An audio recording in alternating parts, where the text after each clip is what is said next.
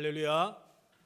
오늘 찜통더위 속에서도 그렇게 거룩한 주일 하나님 앞에 나와 예배드린 여러분의 삶 가운데 이스라엘 백성들 광야 40년의 세월 동안 낮에는 구름 기둥, 밤에는 불 기둥으로 그들 앞에 가시며 그들을 인도하시고 그들을 떠나지 아니하셨던 그 하나님의 은혜가 여러분의 삶 가운데 임함으로 이 무더운 여름 잘 이겨내고 주님께서 주시는 평안함과 기쁨을 누리는 삶 살아가시기를 축복합니다. 우리 앞뒤 옆에 계신 분들과 함께 인사하겠습니다. 행복한 애흥교회 참 잘 오셨습니다. 하나님은 여러분을 사랑하십니다. 저도 여러분을 사랑합니다. 네, 감사합니다. 우리 신명기 1장 11절 말씀 그리고 우리가 뽑은 말씀 우리 함께 외워보도록 하겠습니다. 너희 조상의 하나님 여호와께서 너희를 현재보다 1000배나 많게 하시며 너희에게 허락하신 것과 같이 너희에게 복 주시기를 원하노라. 아멘. 우리가 뽑은 말씀 우리 함께 읽어봅니다.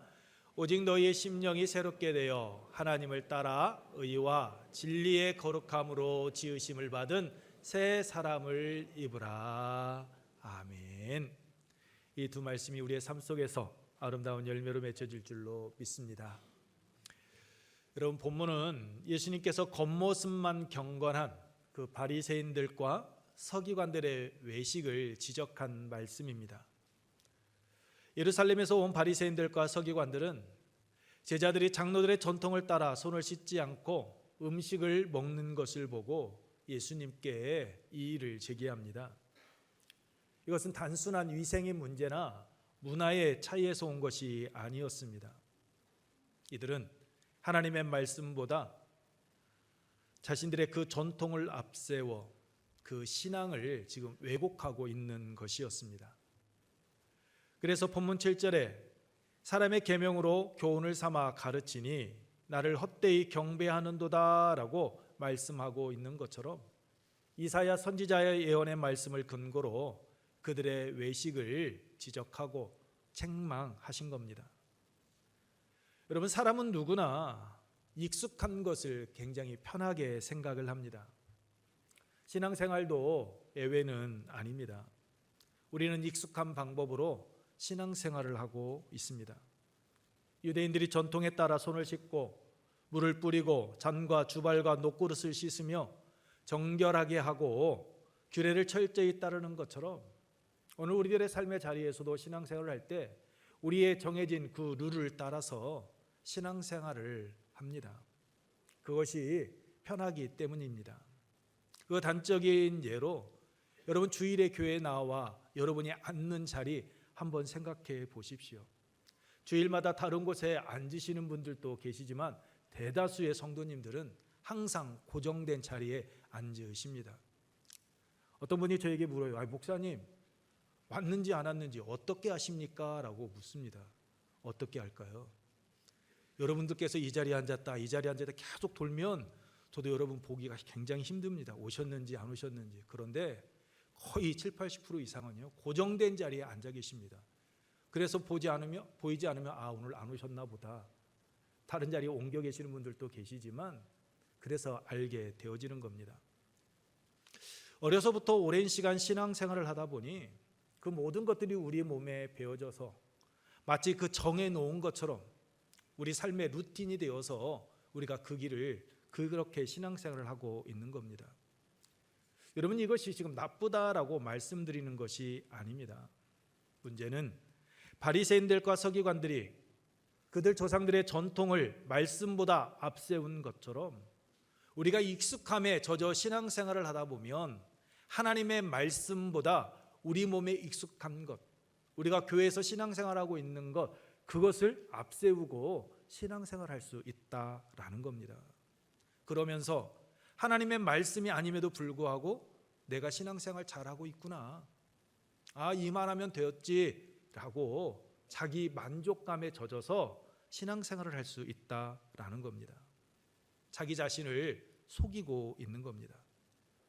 예수님께서 바리새인들과 서기관들을 향하여 외식하는 자들이며 하나님을 헛되이 경배하는 자들이라라고 책망하신 것처럼 우리가 우리의 삶 가운데 신앙생활에 익숙한 대로 해나가다 보면 하나님의 말씀에서 멀어지게 되고 여러분 우리가 책망받을 수 있다라는 것 우리는 잊어서는 안 됩니다. 외식이 무엇입니까? 외식은 우리가 잘 알고 있는 것처럼 위선자, 자기를 감추는 자라라는 뜻을 가지고 있는데 이 외식이라는 말이 헬라어로 히포크리테스라라는 단어입니다. 이 히포크리테스라라는 단어는 가면을 쓰고 무대에 출연하는 배우를 뜻하는 말이 바로 외식입니다. 배우가 자신의 마음은 숨긴 채 말하고 연기를 하듯이 외식하는 자는 배우와 같이 자기의 참 모습을 여러분 드러내지 않고 숨기고 행동하는 자다라는 겁니다.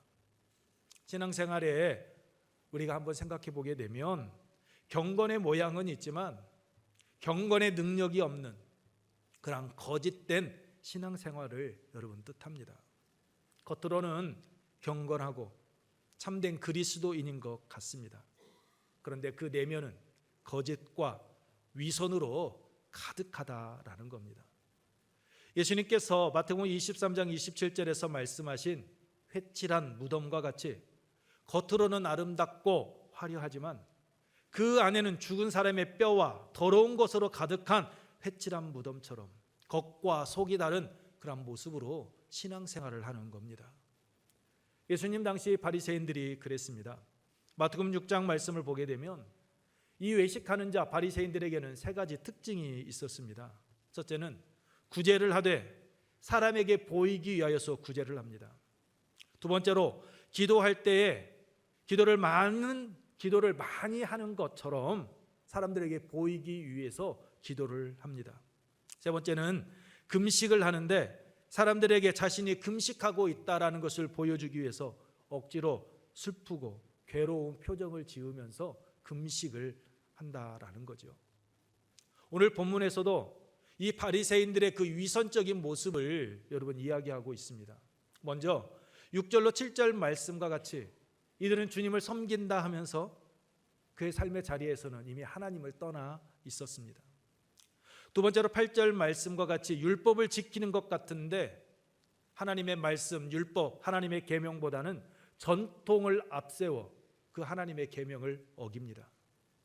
세 번째는 10절로 12절 말씀과 같이 부모를 공경한다고 하면서 하나님을 섬긴다는 그 핑계로 부모님을 공경하지 않습니다. 부모를 공경하지 않는 겁니다. 바리새인들은 이처럼 경건한 것 같았지만 경건하지 못했고 하나님의 말씀을 많이 알고 있는 것 같았지만 하나님의 말씀보다는 그들의 전통을 따라 행하였던 겁니다. 여러분 외식하는 자들을 보게 되면 1절로 5절 말씀을 통하여 알 수 있듯이 좋은 것보다는 여러분 나쁜 것을 먼저 봅니다. 긍정적인 것보다는 부정적인 것에 초점을 맞추고 이야기합니다. 모든 일에 불평과 불만, 원망, 책임과 지적을 합니다. 왜 그럴까요? 그것은 자기 삶이 기준이 되기 때문입니다. 삶의 기준이 자기가 되기 때문입니다. 자기 생각으로 가득 차 있기 때문에 그렇게 행하는 겁니다. 그러다 보니 자신의 생각과 맞지 않으면 틀린 겁니다. 옳은 것도 자기 기준 맞지 않으면 틀린 것이 되고 틀린 것도 자신의 생각과 자신의 기준에 맞으면 그것도 맞다라고 그걸 정당화하며 나아가게 되어지는 겁니다. 여러분 예수님의 제자 베드로 한번 보십시오. 마태복음 16장 21절 이하의 말씀을 보게 되면 예수님께서 예루살렘에 올라가시게 되면 장로들과 대제사장들과 서기관들에게 잡혀서 많은 고난을 받고 십자가의 죽임을 당하게 될 것을 예수님께서 말씀하십니다. 이때 베드로가 무엇라 말합니까? 22절 말씀입니다. 베드로가 예수를 붙들고 항변하여 이르되 주여 그리 마옵소서 이 일이 결코 주께 미치지 아니하리이다라고 이야기합니다. 항변했다라는 말은 여러분 힐책했다라는 겁니다. 질책했고 꾸짖었다라는 뜻입니다. 제자 베드로가 스승인 예수님을 향하여서 화를 내며 이야기했다라는 겁니다. 아니 예수님, 지금 무슨 말씀을 하고 계시는 겁니까? 예수님, 당신 지금 사역 잘하고 계시지 않습니까? 오늘 우리가 당신을 선택하고 나아온 거 후회하지 않고 우리도 자부심을 가지고 이렇게 열심히 당신의 길을 따라서 당신의 그 길을 걸어가고 있는데, 아니 지금에 와서 죽는다고 하게 되면 우리 보고 어떻게 하라라는 것입니까? 당신은 죽으시면 안 됩니다. 절대 그런 일 있어서는 안 됩니다라고 이야기한 겁니다. 예수님께서 예수님의 말씀이 떨어지기가 무섭게 예수님을 향하여 여러분 비난한 것, 나무라는 겁니다. 예수님이 예루살렘에 올라가시면 이런저런 고난을 받고 십자가의 죽음을 이야기할 때 여러분 제자된 입장에서 그런 일 겪으면 안 된다라고, 아니 예수님 그런 피해야 되지요 라고 이야기하는 것 당연한 것 아닙니까? 사도행전 21장 7절 이하의 말씀도 여러분 보십시오. 바울이 예루살렘에 올라가기 위하여 가이사랴의 전도자 빌립의 집에 있을 때 아가보라라는 사람이 찾아옵니다. 그리고 그 아가보라는 사람이 바울의 띠를 가지고 와서 하는 말이, 예루살렘에 있는 유대인들이 바울을 결박하여 이방인의 손에 넘겨주게 될 것이다 라고 이야기합니다. 이 말을 듣고 이 전도자 빌립의 집에 있었던 사람들이 예루살렘에 올라가지 말라라고 여러분 바울을 붙잡았습니다. 여러분 이게 당연한 것 아닙니까? 베드로가 보여준 행동도 제자로서 스승이 죽음을 향해 나아간다라고 하는데 말리는 거, 여러분 이거 자연스러운 것이고 당연한 것 아닙니까? 그런데 예수님께서 말씀하십니다. 마태복음 16장 23절입니다. 예수께서 돌이키시며 베드로에게 이르시되 사탄아 내 뒤로 물러가라. 너는 나를 넘어지게 하는 자로다. 내가 하나님의 일을 생각하지 아니하고 도리어 사람의 일을 생각하는도다 라고 여러분 말씀하셨습니다. 사탄아 물러가라. 너는 나를 넘어지게 하는 자다 라고 말씀하십니다. 이 말은 여러분 베드로에게 말씀하신 것이 아니라 베드로 안에 있는 그 사탄을 향하여서 명령하신 겁니다. 사탄이 베드로 안에서 베드로를 조종하고 있다라는 것을 예수님께서 보고 알고 계셨기 때문입니다. 어떻게 예수님께서 사탄이 지금 베드로를 조종하고 있다라는 것을 아신 겁니까? 내가 하나님의 일을 생각하지 아니하고 도리어 사람의 일을 생각하는도다 라고 말씀하신 것처럼 베드로의 관심이 하나님의 일이 아닌 자기 일, 자기 생각에 갇혀 있다라는 것을, 가득 차 있다라는 것을 아셨기 때문입니다. 그렇습니다, 여러분. 자기 생각에 가득하게 되면 베드로와 같이 자기 자신을 사탄에게 여러분 내주게 되어져 있습니다. 사탄이 그 틈을 놓치지 않기 때문입니다. 여러분 가룟 유다가 어떻게 해서 예수님을 팔았습니까? 자기 잣대로 예수님을 평가하였기 때문입니다. 자기 잣대로 예수님의 그 사역을 평가하고 있는 그 가룟 유다, 그 모습을 보고 요한복음 13장 2절 말씀과 같이 예수님을 팔려는 그 생각을 사탄이 그 가룟 유다의 마음에 넣어 주었던 겁니다. 가룟 유다가 그 생각을 떨쳐내야 했는데 그 생각을 떨쳐내지 못하고 그 생각을 덥석 여러분 붙잡고 말았던 겁니다. 왜요? 계속해서 생각했기 때문입니다. 여러분 전에도 이 말씀을 드렸는데 참새가 우리 머리 위로 날아다니는 것 여러분 우리가 막을 수 있습니까? 참새가 우리 머리로 날아다니는 거 우리 막을 수 없습니다. 그런데 그 참새가 우리 머리 위에 둥지를 트는 것, 그것은 우리가 얼마든지 둥지를 만들지 못하도록 행할 수 있습니다. 가룟 유다는 그 둥지를 만들고 있음에도 불구하고 그것을 막지 못하였던 겁니다. 여러분 예수님도 보십시오. 예수님께서 겟세마네 동산에 올라가셔서 기도하신 이유가 무엇입니까? 마태복음 26장 36절 이하의 말씀을 보게 되면 예수님께서 베드로와 야고보와 요한을 데리고 겟세마네 동산에 올라가셔서 기도를 하십니다. 예수님께서 몇 번 기도하십니까? 3번 기도하셨습니다. 그런데 그 3번 기도하실 때 하셨던 말씀이 무엇입니까? 내 아버지여 만일 할 만하시거든 이 잔을 내게서 지나가게 하옵소서. 그러나 나의 원대로 마옵시고 아버지의 원대로 되기를 원합니다 라고 예수님은 기도하셨습니다. 무슨 말입니까?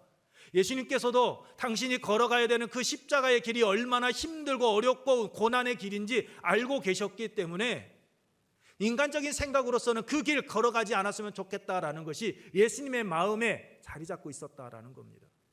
근데 예수님께서는 그 인간적인 생각 머물지 아니하고 하나님을 찾아 기도하심으로 그것을 이겨내고 인류를 구원하기 위한 그 십자가, 그 고난의 길을 예수님은 걸어가셨던 겁니다. 여러분, 자기 생각, 자기 기준에 붙들려 있으면 하나님의 뜻과는 거리가 먼 삶을 살아가게 되어져 있습니다. 오늘 이 모습이 오늘 우리의 모습이 아니기를 바랍니다. 우리의 생각에 갇혀 있고 내 기준대로 판단하고 내 생각대로 말하고 행동하며 마치 나는 잘하고 있는 것처럼 자화자찬하는 그러한 신앙인의 길 우리 걸어가지 않기를 바랍니다.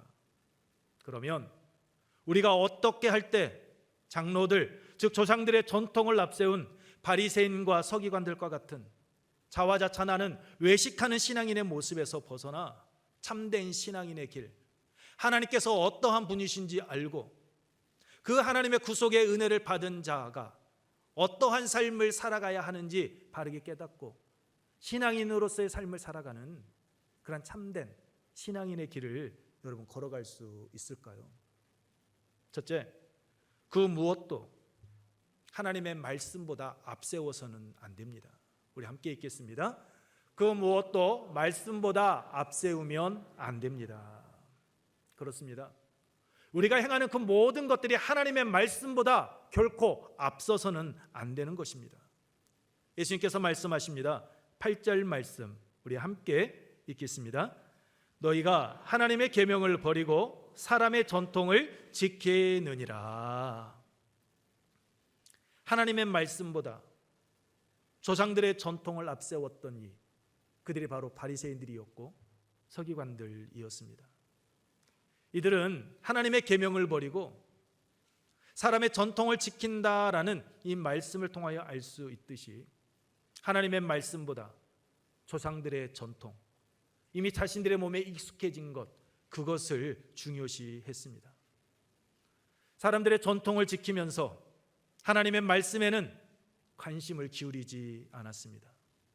하나님의 말씀에서 이미 떠나 있었기 때문입니다. 하나님의 말씀을 소홀히 여겼습니다. 자신들이 정말 붙들고 놓쳐서는 안 될 그 하나님의 말씀은 외면한 채 버려도 좋을, 지키지 않아도 큰 문제가 되지 않을 그 전통, 그것을 여러분 그들은 붙들고 있었습니다. 조상들의 전통을 놓치면, 지키지 않으면 마치 큰 일이라도 자신들에게 생길 것 같다는 그 생각으로 그들은 꽉 붙잡고 나아가고 있었던 겁니다. 그런데 손을 씻고 떡을 먹어야 하는 이 전통, 여러분 이 관습은 모든 유대인들이 반드시 지켜야 했던 그러한 의무사항은 아니었습니다. 왜냐하면 앞장에서 나눈 빈들 광야에서 장정만 5천 명의 큰 무리가 떡을 먹었을 때 여러분 배고픔에 지친 사람들 손 씻으러 여러분 개울가로 나아갔을까요? 물을 찾았을까요? 여러분 어떻게 생각하십니까? 다시 말해 손을 씻는 규례는 정결의식을 강조하는 바리새파 사람들과 그들의 생활 방식을 따르고자 하는 유대인들 사이에서 지켜온 규례였다라는 겁니다. 여러분 진정한 정결은 무엇입니까? 손을 씻고 안 씻고가 정결한 것이 아니라 내 마음을, 우리의 마음을 하나님께 온전히 드렸느냐 드리지 않느냐가 여러분 진정한 정결의 유무가 되어지는 겁니다. 사람의 전통은 유대인들이 반드시 지켜야 될 그런 규례가 아니었습니다. 하나님의 계명, 율법을 일상생활 속에서 좀 더 잘 지키기 위해서 그 조상 때부터 쌓아왔던 여러분 해석이었고 삶의 적용이었기 때문입니다. 그런데 시간이 흐르면서 본래 의도와는 다르게 적용 과정에서 갖가지 인간적인 요소를 첨가하게 된 겁니다. 그 본질에서 변질되어져 가고만 겁니다. 그로 인하여 전통과 간습, 그들의 행위가 하나님의 계명과 하나님의 말씀과 동등한 권위를 여러분 가지게 된 겁니다. 그들은 조상들의 전통과 간습을 마치 하나님의 계명인 것처럼 그들은 가르치고 지킬 것을 명령하였던 겁니다. 그들은 본질보다 비본질인 전통을 더 소중하게 여기고 있었던 겁니다. 성경의 본질적인 가르침에서 벗어나 그들은 형식에 물들어 있었습니다. 그리고 자기 자화자찬하며 나 신앙생활 나 잘하고 있다, 나 하나님의 말씀 잘 지키고 있다라고 생각하였던 겁니다. 이것이 어제 오늘의 일이 아니었습니다. 이스라엘 백성들의 삶에 깊이 뿌리내리고 있었습니다. 그래서 하나님께서는 이 늪에서 빠져나올 수 있도록 계속해서 이스라엘 백성들에게 선지자들을 보내 말씀해 주셨습니다. 하지만 그들은 외형적인 제사, 전통에 머물며 하나님의 말씀 듣지 않았습니다. 이스라엘의 초대 왕이었던 사울이 아말렉과의 전쟁에서 진멸하라는 그 하나님의 말씀에 순종하지 않고 하나님께 제사 드리기 위함이라는 그 명분으로 좋은 것을 남겼던 것처럼 이스라엘 백성들은 계속해서 하나님의 말씀에 불순종하며 하나님을 떠나는 삶을 살았던 겁니다. 그 결과 멸망하고 말았습니다. 이 모습이 오늘 우리의 모습이 아니기를 바랍니다. 익숙한 것, 전통과 관습, 여러분 행위를 하나님의 말씀보다 앞세우지 마시기 바랍니다. 여러분께서 교회에서 봉사를 하실 때도 마찬가지입니다. 여러분 일에 여러분 지나치게 관심 두지 마십시오. 일에 우선시하지 마시기 바랍니다.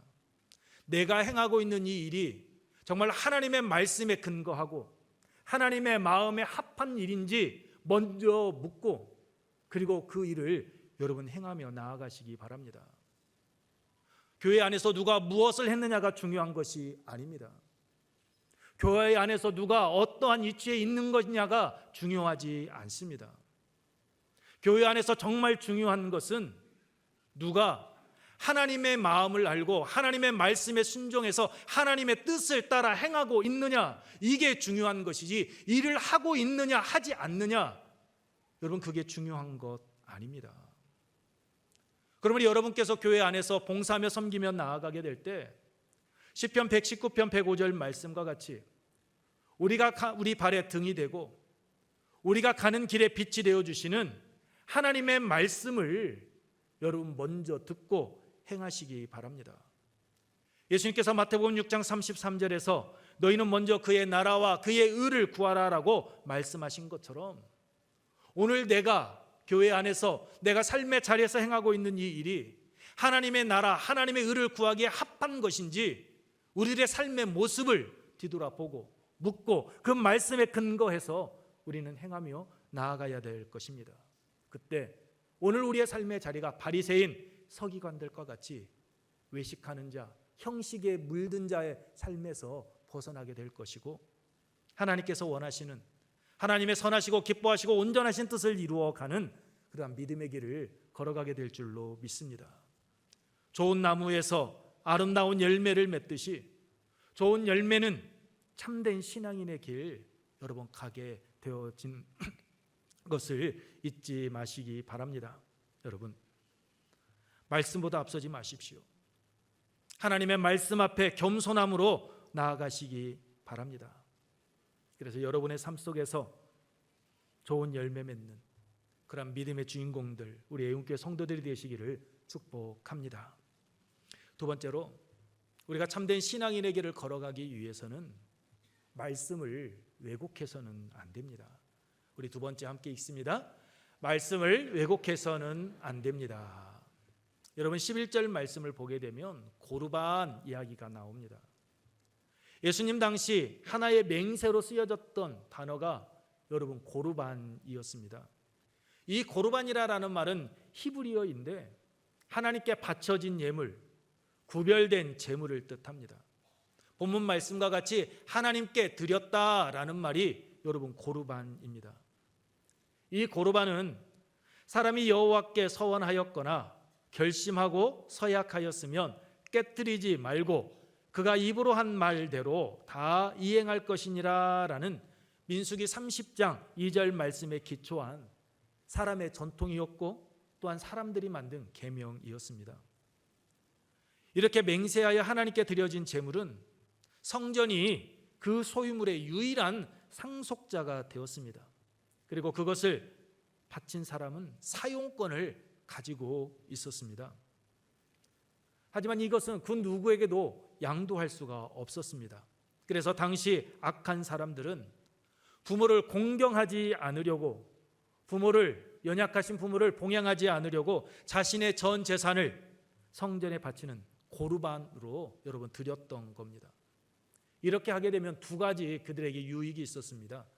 하나는 주위 사람들이 그가 성전에 예물을 드리는 것을 보고 이 사람은 경건한 사람이다라고 인정해 주는 것이었고, 두 번째는 그 재물의 사용권을 가지고 있기 때문에 계속해서 자신의 그 재물을 여러분 지킬 수가 있었다라는 겁니다.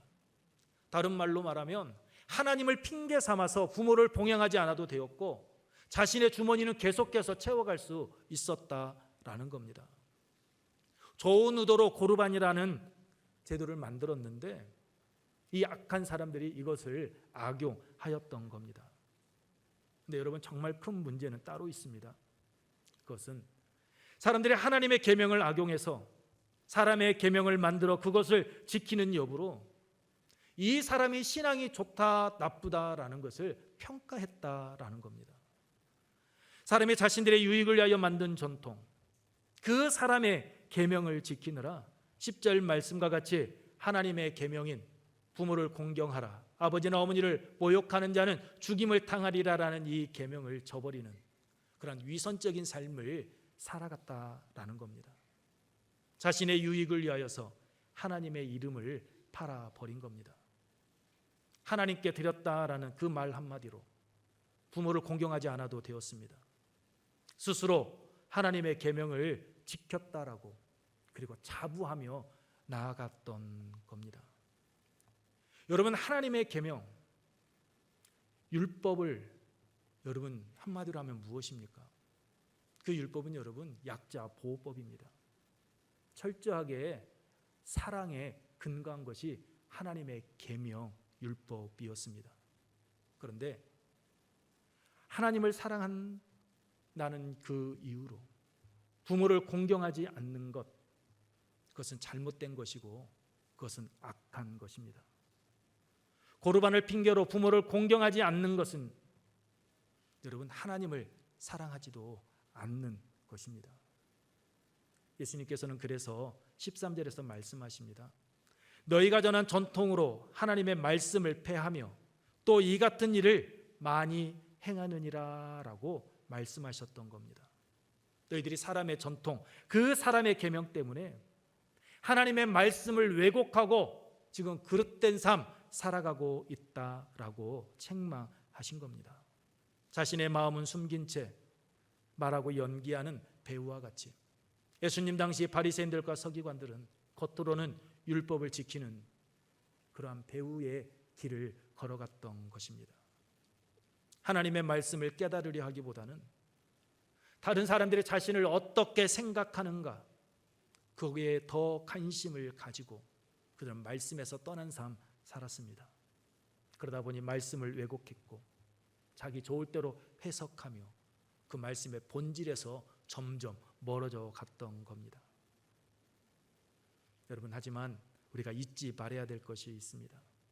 바리새인 서기관들이 말씀을 왜곡하고 말씀의 본질에서 멀어져 가는 삶을 살아가고 그들이 하나님의 말씀을 아무리 폐하려 한다 할지라도 여러분, 하나님의 말씀은 결코 왜곡되지 않습니다.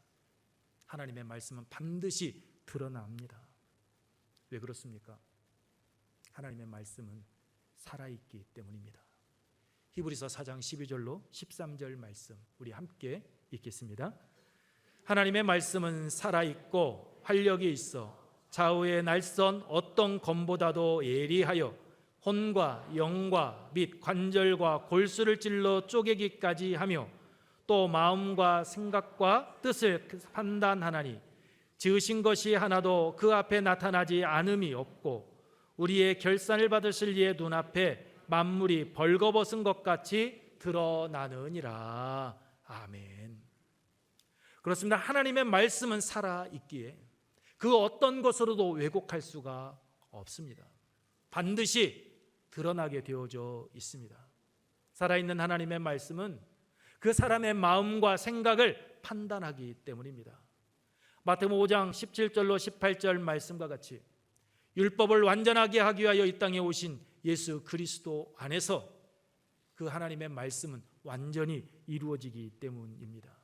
아니, 왜곡과 외식, 형식에 물든 이 세상 한가운데 빛으로 오셔서 십자가를 지신 예수님께서 십자가를 통하여서 하나님의 그 뜻, 하나님의 말씀을 온전히 이루어 주셨기 때문입니다.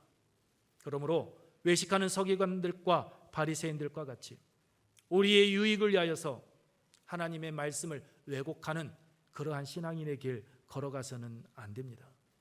하나님의 말씀이 우리의 삶의 자리에서 역사할 수 있도록 그 하나님의 말씀 앞에 우리의 생각, 우리의 경험, 우리의 전통 모두 다 내려놓아야 합니다. 그러면 겉이 아닌 중심을 보시는 하나님께서 우리를 생명의 말씀을 통하여서 참된 신앙인의 길 걸어갈 수 있도록 인도하여 주실 줄로 믿습니다. 그 안에서 하나님의 의를 이루어 갈 수 있도록 역사하여 주실 것입니다. 말씀을 마치겠습니다. 참된 신앙인의 길을 걸어가는 자는 외식하는 자와 같이 자기 생각, 자기 기준으로 하나님의 말씀 앞에 서지 않습니다. 빛과 등이 되시는 하나님의 말씀을 앞세우고 그 말씀에 온전히 순종하는 삶을 살아갑니다. 뿐만 아니라 자신의 유익을 위하여서 말씀을 왜곡하지도 않습니다. 삶의 자리에서 자신의 전부가 하나님의 것임을 인정하고 하나님께 온전히 드리는 고르반의 삶을 살아갑니다. 오직 하나님의 뜻을 묻고 그 뜻에 순종하는 삶을 살아갑니다. 우리의 은혜 가족들, 오늘 이 시간 하나님 앞에 나와 예배드리고 계시는 우리의 은혜 가족들이 하나님의 말씀 앞에 겸손히 순종함으로 나아가신 예수님과 같이 삶의 자리에서 하나님의 뜻을 이루므로 참된 신앙인의 길 걸어가시고 그 안에서 하나님께서 주시는 평안과 기쁨을 노래하는 복된 삶 살아가시기를 축복합니다. 이 시간 우리 함께 오늘 이곳에 계신 성령님 찬양하고 기도하도록 하겠습니다.